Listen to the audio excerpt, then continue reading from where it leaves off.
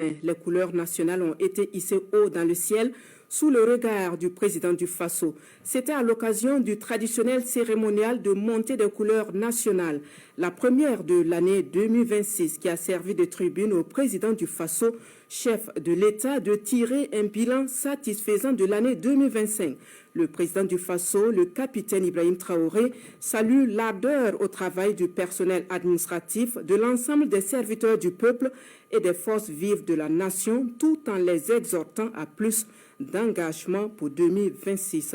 Nous vous invitons à écouter le message du président du Faso, livré donc ce matin à la traditionnelle montée des couleurs. Suivons donc. Camarades, bonjour. J'espère que tout un chacun s'est très bien réveillé ce matin. Dernière semaine du premier mois de l'an 2026. Donc je profite à souhaiter à toutes et à tous bonne et heureuse année 2026. Je vous souhaite à vous, à vos familles, à vos proches, beaucoup de santé pour cette année, beaucoup de chance dans tout ce que vous entreprenez et beaucoup d'abnégation, beaucoup d'ardeur au travail. Et je sais que l'endurance, l'allure de ces 3 années passées n'est pas simple. Vous avez appris à travailler sous pression. La pression va continuer et tenez bon, attachez les ceintures.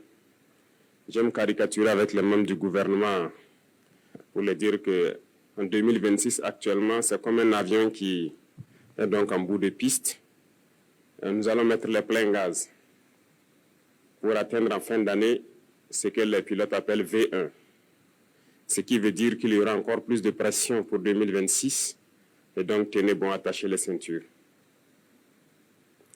Je tiens aussi à vous féliciter pour tout ce qui a été fait durant 2025, mais surtout durant donc, ces 3 années. Et je pense que les résultats parlent d'eux-mêmes.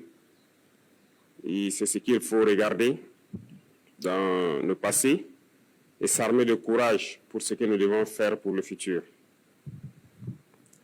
Tout ce que nous avons eu à réaliser, je pense que nous devons ça au vaillant peuple qui a compris notre message, qui a compris le sens de la révolution. Parce que sans eux, les moyens mis à disposition de tout un chacun pour pouvoir y arriver, ça n'aurait pas été possible. L'essence même de la révolution, c'est de travailler pour le peuple. Et je pense que les exemples, il y en a beaucoup. Si vous prenez dans le domaine de l'agriculture, cette année, par la grâce de Dieu, nous avons fait une production record. Il y a des spéculations particulières que nous avons essayé d'introduire depuis ces 3 années. Comme je le dis, les esprits faibles, les petits esprits, ils pensent toujours que c'est impossible lorsqu'on veut initier de grandes choses, mais il ne faut pas les écouter. Si on devait les écouter, on allait se décourager, on n'allait pas pouvoir se lancer. Parce qu'il y en a aussi qui sont là pour nous décourager dans tout ce que nous faisons.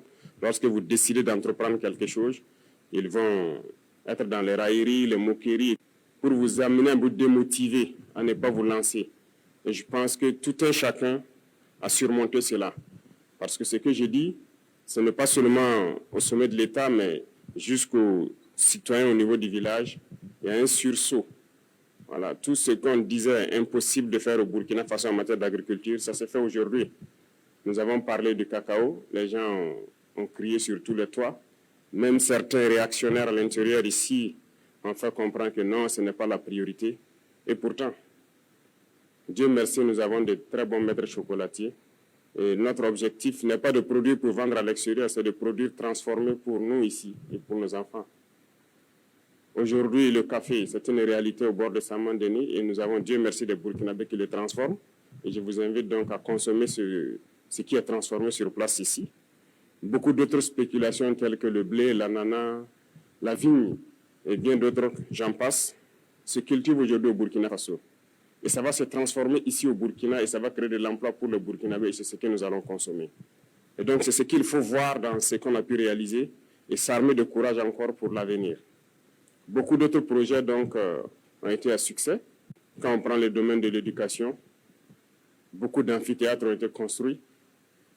La dernière fois au Conseil, on a adapté des textes qui permettront donc d'équiper ces amphithéâtres et de construire de nouveaux amphithéâtres beaucoup d'écoles et centres de formation verront le jour en 2026, au bord donc de nos pôles de croissance tels que Bagré, Samandeni et autres. C'est pour amener les jeunes Burkinabés à pouvoir transformer, produire et transformer ce que nous faisons ici. Donc, nous n'allons plus nous concentrer sur l'enseignement général uniquement. Nous avons parlé d'enseignement professionnel et technique et donc beaucoup de lycées modernes verront le jour en 2026.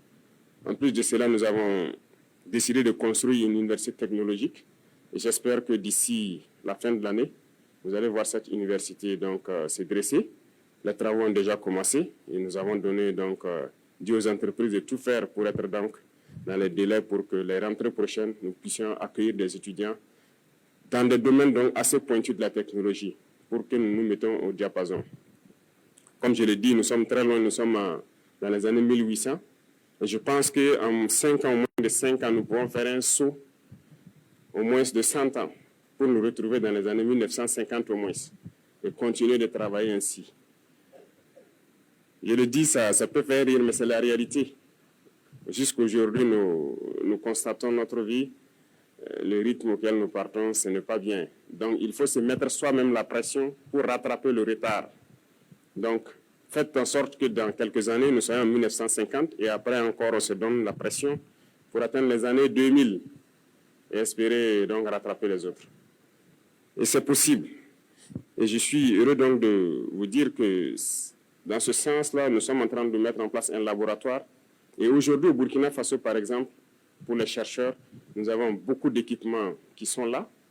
Nous allons les permettre donc de faire la recherche sur place. Et sans me tromper, je peux dire que nous avons actuellement ici installé un microscope électronique à balayage, le plus récent qui puisse exister en Afrique ici, et le plus moderne. Donc il est là au Burkina Faso, il est fonctionnel, et les chercheurs vont commencer donc à aller donc faire tout ce qu'ils doivent faire ici, au lieu d'aller à l'extérieur encore le faire. Et ça va encore encourager d'autres personnes à chercher et à découvrir. C'est pour dire qu'il y a beaucoup de domaines que nous n'avons pas oubliés, en passant par la santé, tout ce que nous sommes en train de faire, notamment les centres de santé communautaires qui sont construits et qui seront équipés. Ça fait partie aussi du lot donc, de mesures prises donc, lors du Conseil dernier. Et donc tout cela, c'est à votre actif, c'est à l'actif de toute l'administration et c'est avec donc l'appui et le soutien de notre vaillant peuple que nous arrivons à le réaliser. L'initiative Faso Merbo, qui est devenue une agence aujourd'hui, alors lorsque nous entamions l'autoroute, certains doutaient parce que c'est un projet qui est là depuis plus d'une décennie. Bien sûr, nous avons trouvé le projet et lorsque nous avons donc cherché à comprendre même le projet, c'était une autoroute de 2 fois 2 voies. Et les entreprises, en majorité étrangères, qui avaient fait des propositions, les moins chères étaient, je pense, 1032 milliards pour faire les 2 fois 2 voies. Et donc, on nous proposait de nous financer pour pouvoir le réaliser en 10 ans, pour les délais les plus courts. Il faut être conscient. Pour nous condamner les générations qui ne sont même pas encore nées à des prêts de 50, 60 ans pour construire une autoroute de 2 fois 2 voies qui sera dépassée dans peu de temps. Lorsque nous avons voulu savoir si c'est 4 fois 2 voies, certains même se sont moqués de nous, certains entrepreneurs, ils n'y croient pas. Dans un tel pays, 4 fois 2, c'est pas raisonnable. Certains ont dit que ça devrait nous coûter plus de 3 000 milliards. Mais comme je dis, dans la révolution, c'est la responsabilité, c'est la conscience.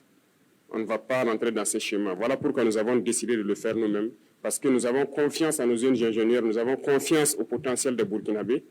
Nous avons donc cherché des équipements de tout ordre. Aujourd'hui, sur ce chantier, je peux dire que le chantier il est unique en Afrique. Il n'y a pas un chantier d'autoroute pareil qui mobilise autant de monde, autant d'équipements. Il n'y en a pas. Les travaux de nettoyage, il y a plus de 100 bulldozers sur ce chantier. Et je ne vois pas pareil. Je m'étais donné 2 mois pour qu'ils puissent finir le nettoyage. Et je pense qu'ils ont tenu le pari. Nous sommes à 40 jours, ils ont déjà fait plus de 70% du nettoyage. Et le 15 février, s'il plaît à Dieu, ils auront fini. Ce qui veut dire que le rythme aussi, il n'y en a pas pareil en Afrique. Et nous allons finir, c'est un défi, nous allons finir dans un délai que personne ne va croire. parce que nous avons déjà tout à notre disposition. Toutes les machines, tout le nécessaire est là. Il ne nous reste que le carburant et le bitume à payer. Sinon, tout le nécessaire est là. Ce qui veut dire que nous allons poursuivre parce qu'il y a beaucoup d'autres autoroutes qui doivent être lancées en 2026 et dont les travaux doivent commencer également. Les infrastructures, c'est une priorité. Ça aide tout le monde, que ce soit les populations civiles, les forces armées, les forces de sécurité intérieure. Tout le monde a besoin d'infrastructures routières.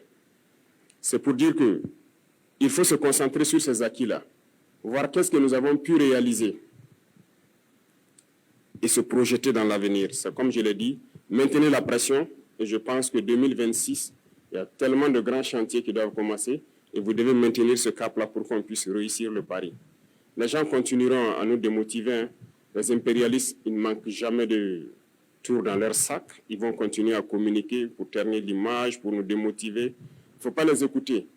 Il y a aussi ces individus esclaves de salon-là qui ne peuvent jamais changer. Je l'ai dit, eux, c'est comme une malédiction qui les poursuit. Peu importe ce que vous ferez, génétiquement, ils sont esclaves. Congénitalement, ils sont aliénés. Ils ne peuvent que suivre ce que les impérialistes disent. Montrez-leur le soleil en plein jour, ils vous diront qu'il fait nuit.